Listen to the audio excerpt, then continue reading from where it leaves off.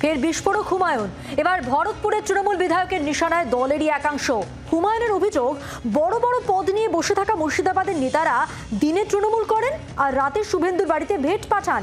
শাসক নেতার এই মন্তব্যে জোর শোরগোল রাজ্য রাজনীতিতে।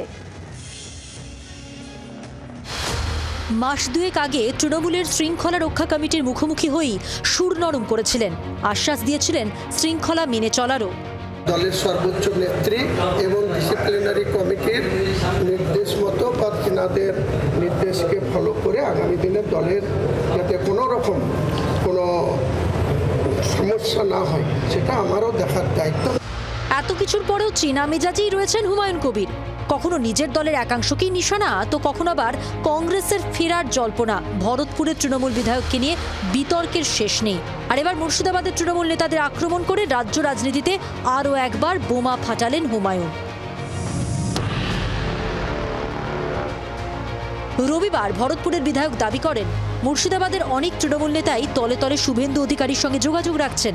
এই জেলার যারা নেতা হয়ে বসে আছে তাদেরকে জিজ্ঞেস করুন তো, দিনের বেলায় সারাদিন তৃণমূল বড় বড় পদ নিয়ে বসে আছে, তারা কেন শুভেন্দু অধিকারীর বাড়িতে রাতের অন্ধকারে ভেট পাঠায়?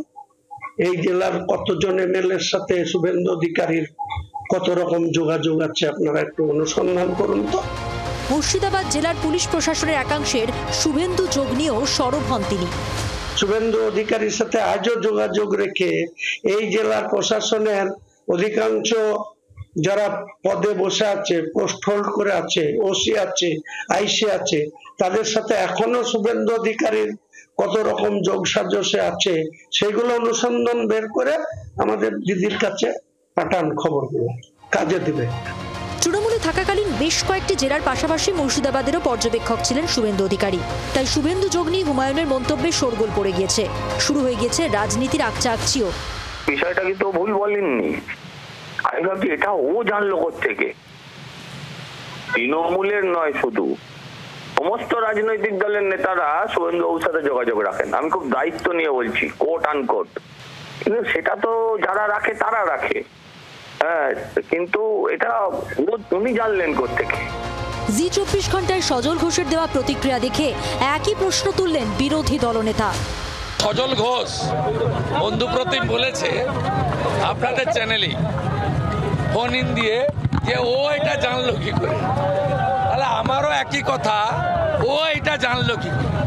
ও কি তাহলে এদের মধ্যে পড়ে? তো আমি জানি তৃণমূলের টিকিটে নির্বাচিত বিধায়ক, তো তৃণমূলের টিকিটে নির্বাচিত বিধায়ক শুভেন্দু অধিকারীর সাথে ফোনে কার কথা হচ্ছে, হয় ওনার ফোনে পেগাসাস ইনস্টল করা আছে, আর নইলে পরে ওনাকে শুভেন্দু অধিকারী পার্সোনালি এই কথাটা জানিয়েছেন।